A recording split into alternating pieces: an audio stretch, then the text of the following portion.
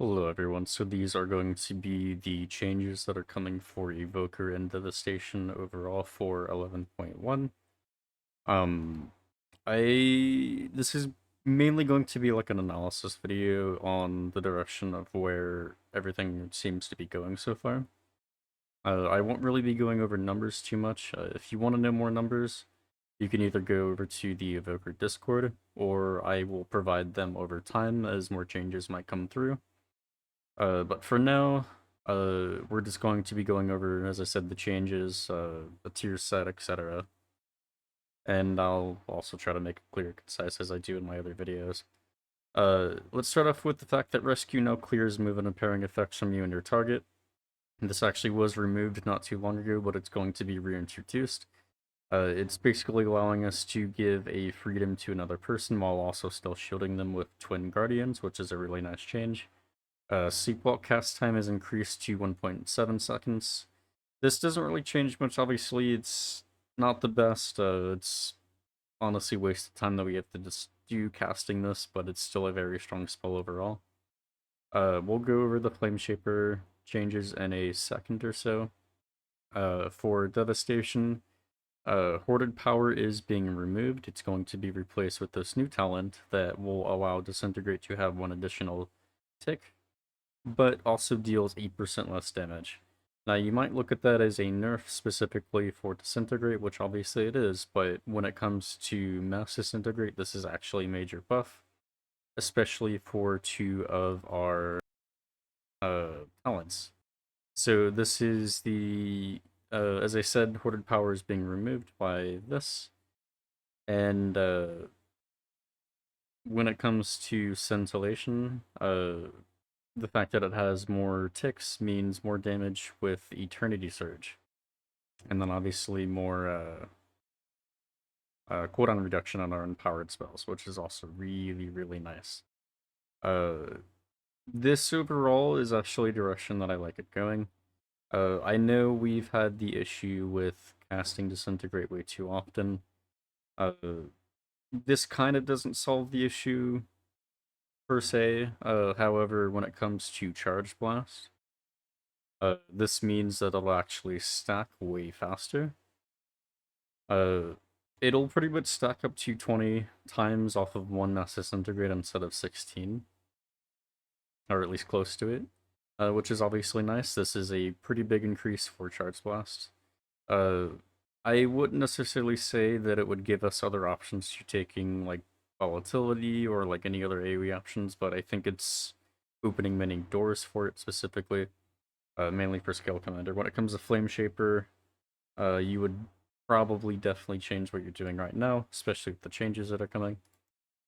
Uh, Other than that, Scorching Embers damage now scales, or Scorching Embers damage increase now scales with power level up to a maximum of 40%, similar to Molten Embers for augmentation. Pretty nice buff. Firestorm damage is increased by 50%, and duration is reduced to 6 seconds, was 10 seconds.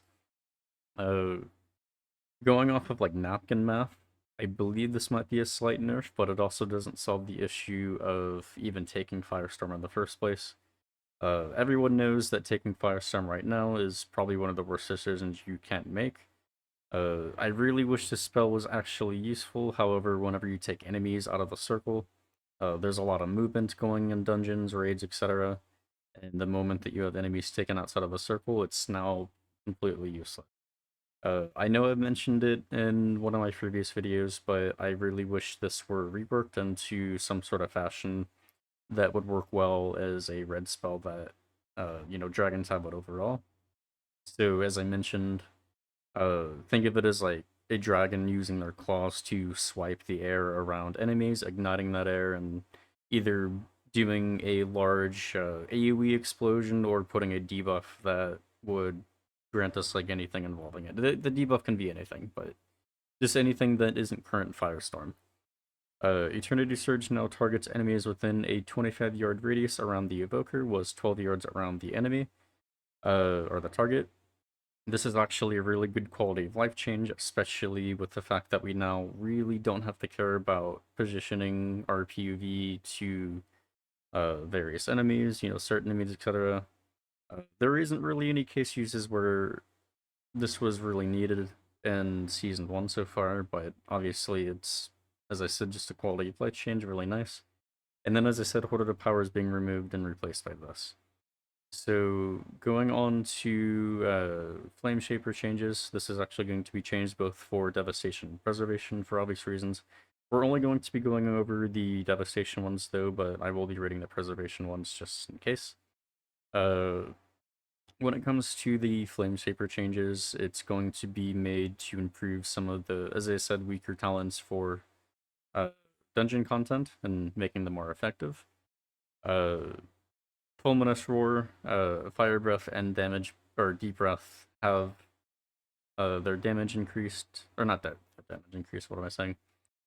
Their damage dealt in 20% less time, so for example, it won't do more damage at all, it's going to be the exact same, but it's going to be faster ticks, so if you're taking like Burnout for prime example, you'll get your ticks more often, or you have a chance to get more ticks more often.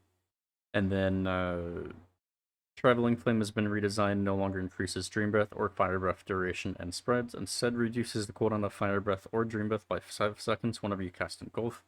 So you can decrease it by a total of 10 seconds, and if you add the causality from Disintegrate, obviously you're only doing one tick as Flame, or one stream of Disintegrate as Flameshaper or Pyre. It's still a really nice change, which means that we're going to have Fire Breath up very, very often. And then one of the bigger changes that I'm actually personally excited for is Engulf's cooldown is now reduced by haste. I don't remember what the numbers are, but I have looked around and saw that a very large percentage of haste will actually reduce this quite a bit. So I think you can get Engulf down to maybe 15 seconds, maybe. It could be lower, obviously, but only time will tell, and whether or not this actually stays like it is right now. And then Titanic Precision no longer is, yeah, that's Preservation. Conduit of Flame, critical strike chance increased to 15%. Uh, Obviously, just I guess a really nice change for Flameshaper, and then Enkindle deals 20% or 25% of a essence ability damage compared to 20% like it used to. I don't think you'll ever take Enkindle. I think it's a very useless spell, considering that Expanded Lungs is now a choice note against Enkindle, which basically increases the overtime for Fire Breath. So it's just more damage over time, obviously. So you will no longer take Enkindle. And I know Enkindle was pretty much exactly like our Season 2 and Season 4 tier set. However, the way that it is right now, it's pretty bad. And you just want to be more focused on actual good damage like Fire Breath. And then Fan the Flames has been removed. Uh, Overall, pretty nice changes. I like the direction that Flameshaper is going in. I know it's significantly behind Scale Commander as of right now. I wish that wasn't the case, but right, the way that Flameshaper is currently designed is just really bad. Uh, the way that Consume Flame works is pretty bad as well. It's more or less useless. You're only worrying about the damage that you get from Engulf. I know it's not listed here. I don't remember if it's actually in the game as of right now, or it's going to be added in the upcoming patch. Uh, Engulf was changed a bit, so now instead of consuming, well, technically with Consume Flame, uh, instead of it consuming 4 seconds of Fire Breath, it'll now consume 2 seconds with the still damage buff. So now instead of 400 and what was it, like 50%, it's now going to be 750%. So it's basically those extra 2 seconds slammed into the now normal 2 seconds. Now going on to the tier set for Devastation. As always, the 2 set bonus is going to be more or less the same as any other 2 set for DPS. It's going to be role specific, with the 4-piece being spec specific. The 2-piece, your damaging spells have a chance to hit a jackpot, launching a Shadowing Star at 3 nearby enemies at 50% effectiveness. Casting Dragon Rage always hits a jackpot. This is really big. Now, it doesn't necessarily solve our AoE issue, however, it makes us an even stronger cleave spec. It obviously all depends on how often this procs. Even if it procs maybe like 2 or 3 times per minute, that's still really good. As I said, it just really depends on that, but it makes our cleave incredibly strong, even if it is just 10% increased damage. Uh, I know some people were confused on whether or not Shattering Star from our two-piece would grant Essence Burst. This was actually clarified in the new tooltip for Shattering Star as of right now. So casting Shattering Star will actually grant the Essence Burst, so having a Shattering Star launch from our tier set will not. However, as I said, it'll still grant the damage buff against those 3 enemies at 50% effectiveness, which is a 10% damage increase for 4 seconds against them. And then, as I said, Dragon Rage always hits it, obviously nice. And then our 4-piece casting Shattering Star or hitting a jackpot increases the damage of your next empowered spell by 20%, stacking up to 2 times. Obviously a really good change. I actually like this. This works very similar to how our tier piece did in Season 1 of Dragonflight. The only downside I see this being, it really depends on how often we hit the jackpot, obviously.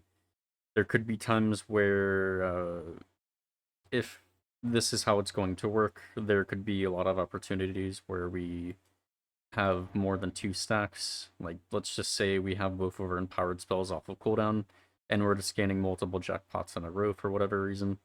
Let's just say that some of them just completely go to waste. It just really depends on how often this will proc. But it's still going to be good regardless. Fire Breath and Eternity Surge will be doing massive amounts of damage, especially whenever you take Eye of Infinity, which increases Eternity Surge damage by 15% to your primary target. Works very well with Scintillation, with Mass Disintegrate, and then obviously the 4-piece set bonus will be really good for Flameshaper as well, because this means more engulf damage and more consume damage. Overall, I really like these changes. Obviously, none of the numbers are set in stone, so don't even look at those. Just the core aspect of it is really nice. I like the direction that it's going. However, I really wish when it comes to the changes for Devastation, I really wish that we would have more of an ability to do sustained AoE. I know we kind of had sustained AoE with volatility back when we actually took this. We can't take it now because of the DPS loss compared to Charge Blast in most cases. But I really wish we were given the ability to do sustained AoE in some sort of fashion. But overall, it's, I guess, good. As I said, really, really good sustained cleave and just really good cleave damage right now. I don't know if we'll be among the best. I don't really care because obviously, as I said, none of the numbers are set in stone, so all of these are just, I guess the term is like Mickey Mouse numbers. But we might be one of the better specs for cleave. I mean, I know we were in general, especially because of Mass Disintegrate, but this might turn us into actually like one of the best cleave specs. But it all depends on what happens with it, how often it procs, etc. Other than that, I don't think there's any other changes coming to Devastation. If there is, I'll leave them down in the comments below. And if you have any questions or comments, you can also leave them down there as well. As I said, I'm not really going over numbers right now. However, if you want to go over the immediate numbers, or at least have any curiosity about them, you can check out the Evoker Discord. I believe the Discord is discord.gg/evoker. So yeah, you can go check over there and ask any questions you want as well. And then, of course, you can check out my Discord. It'll be linked down in the description.